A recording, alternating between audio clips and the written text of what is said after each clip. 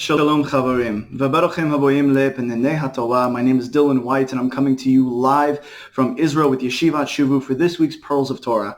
This week we are in Parashat Mishpatim, or literally ordinances, that Hashem prescribes to Israel, specifically those between a man and his neighbor. However, toward the end of the Parsha, we read, "Then to Moshe he said, Aleh, come up to Hashem, you and Aaron, Nadav and Avihu, and the 70 elders of Israel, and worship from far off. Moshe alone is to approach Hashem, but the others may not draw near, nor the people to go up with him."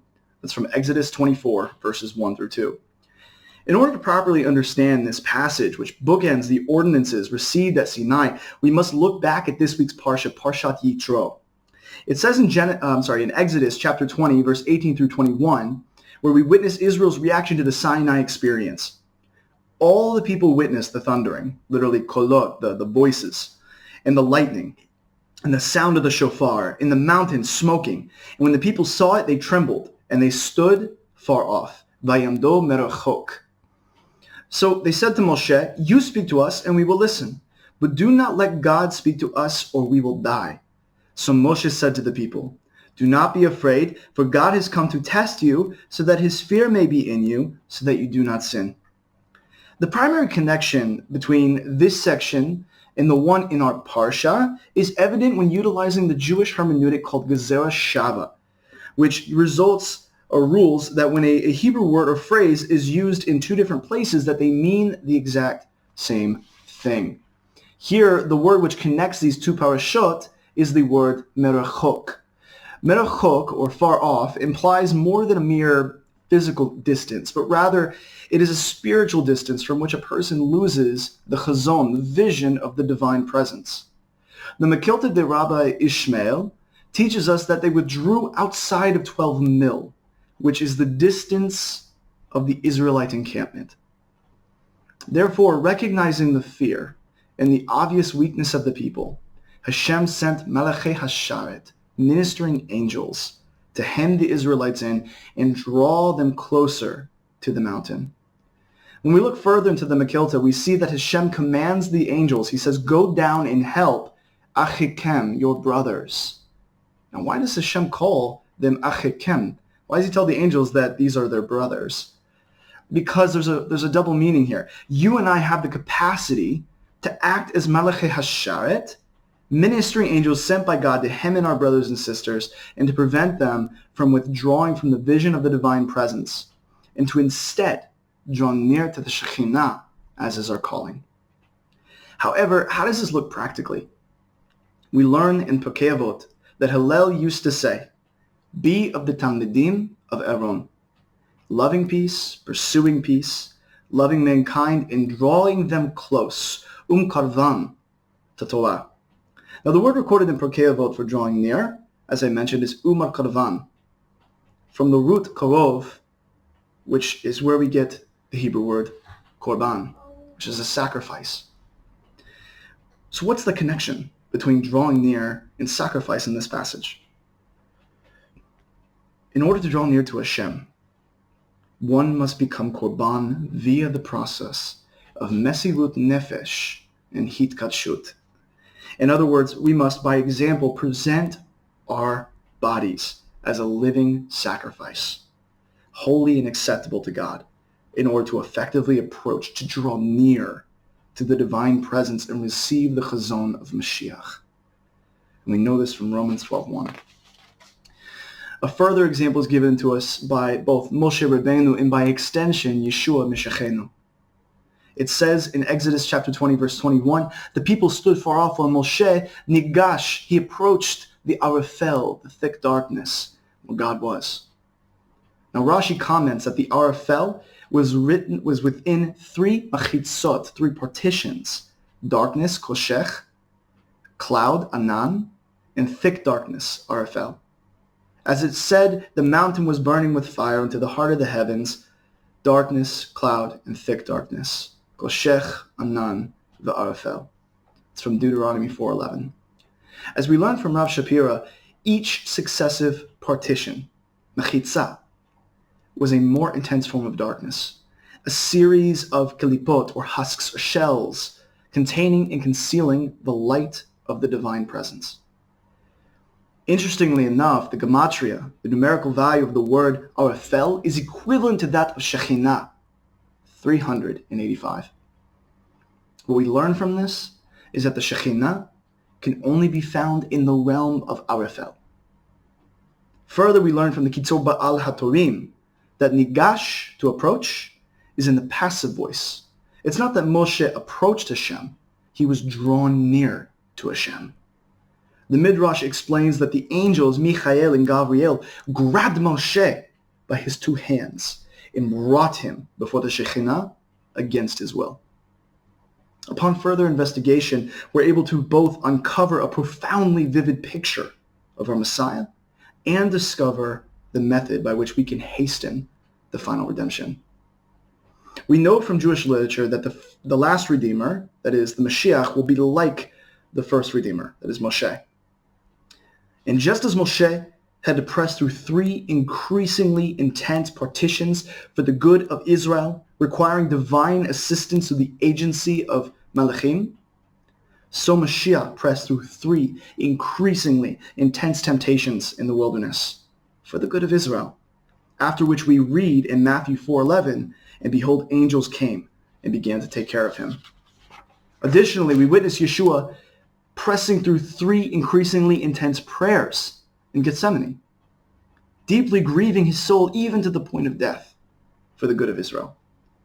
However, considering our precedent, our pattern of nullifying one's own will and then receiving divine assistance in order to complete the task, did Yeshua get grabbed by Melachim and brought before the Shekhinah against his will? Absolutely. We read in Matthew chapter 26, verse 50, that the ruling Kohanim and the elders of the people came and they threw their hands upon Yeshua and they seized him. And we know from that point forward, he was thrust to his death. So, these were agents of the divine presence, aiding him in achieving the Geulah. Today, these 3 increasingly intense partitions represent for us the kalipot, containing and concealing the light of Mashiach, which is associated in rabbinic literature with Edom, which is further associated with Christianity, the system of Christianity. Now we know that through his Kedushat Hashem, Yeshua successfully breached the kalipot of Edom and achieved the redemption. We read about this in Isaiah chapter 63.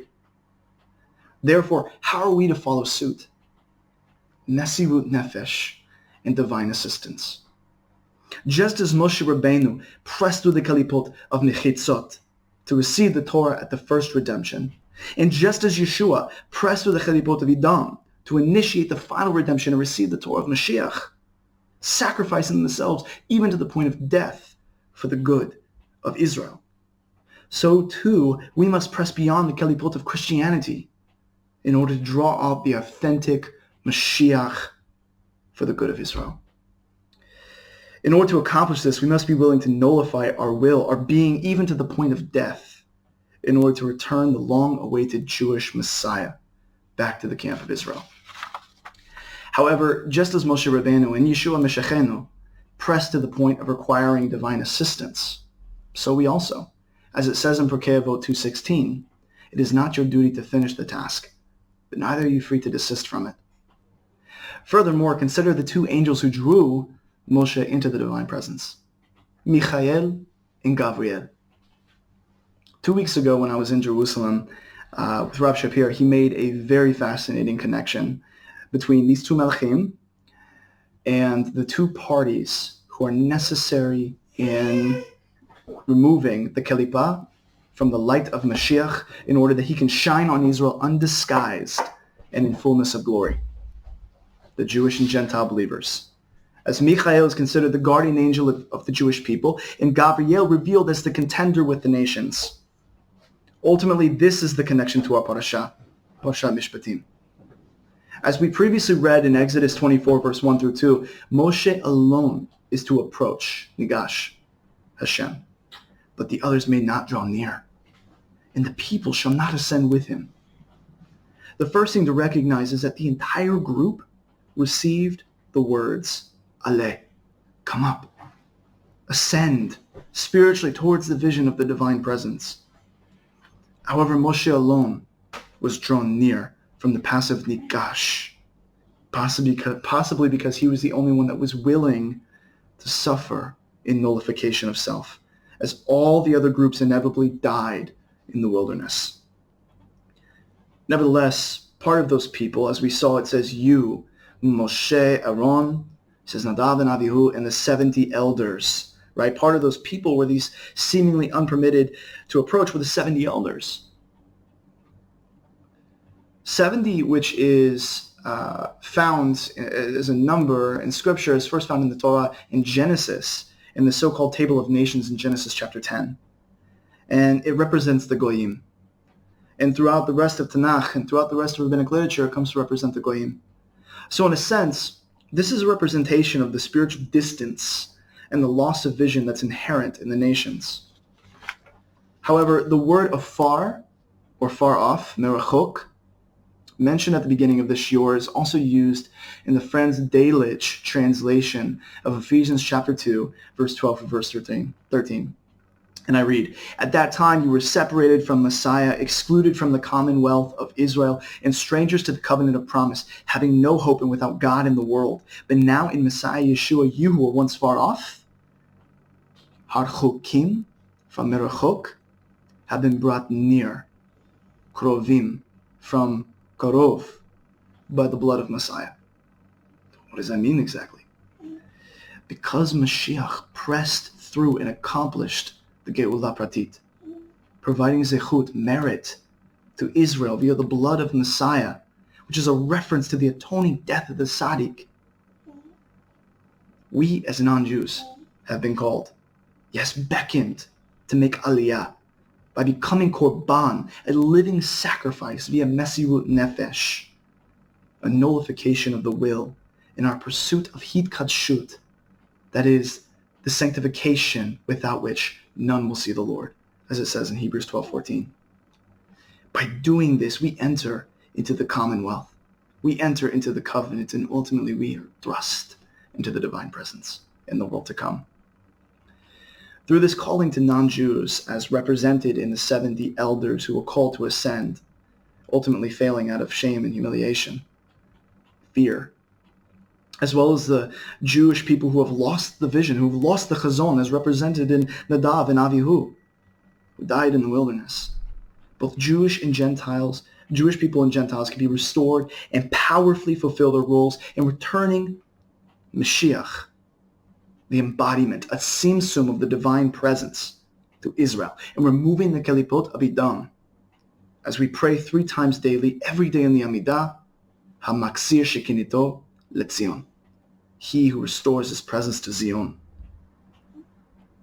However, this is costly and difficult, as one must become willing to ultimately become korban, sacrificing our wills to the point of death in order to make the greatest tikkun in human history, restoring the Sechinah within Mashiach to Zion.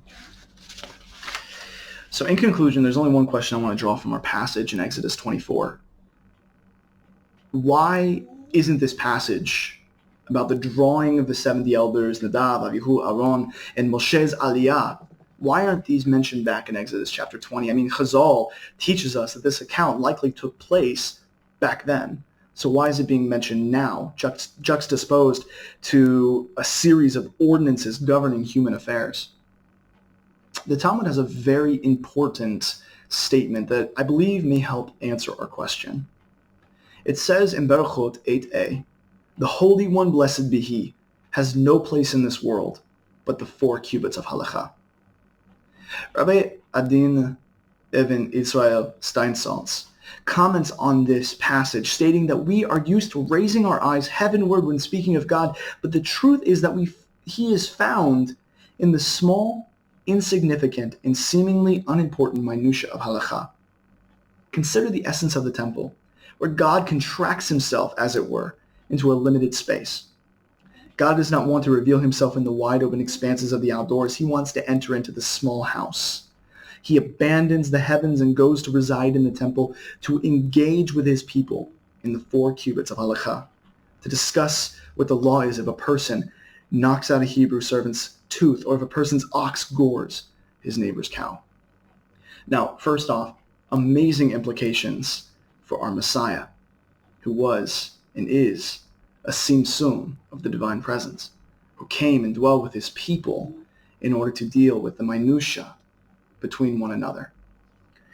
But considering this train of thought, I'd venture to say that our aliyah, the process by which we ascend spiritually and obtain a greater spiritual vision of the divine presence and restore Mashiach to Zion, begins in the governance of human affairs and how we treat one another. When we begin to seek after Hashem through these 4 cubits of halakha and the method by which we treat other people, we ultimately fulfill Messiah's mandate when he says in John chapter 13, verse 31, "By this, all will know you're my disciples, by your love for one another." I hope you were blessed by today's Shiur, and I thank you so much for giving me the time. Shalom and Shavua Tov.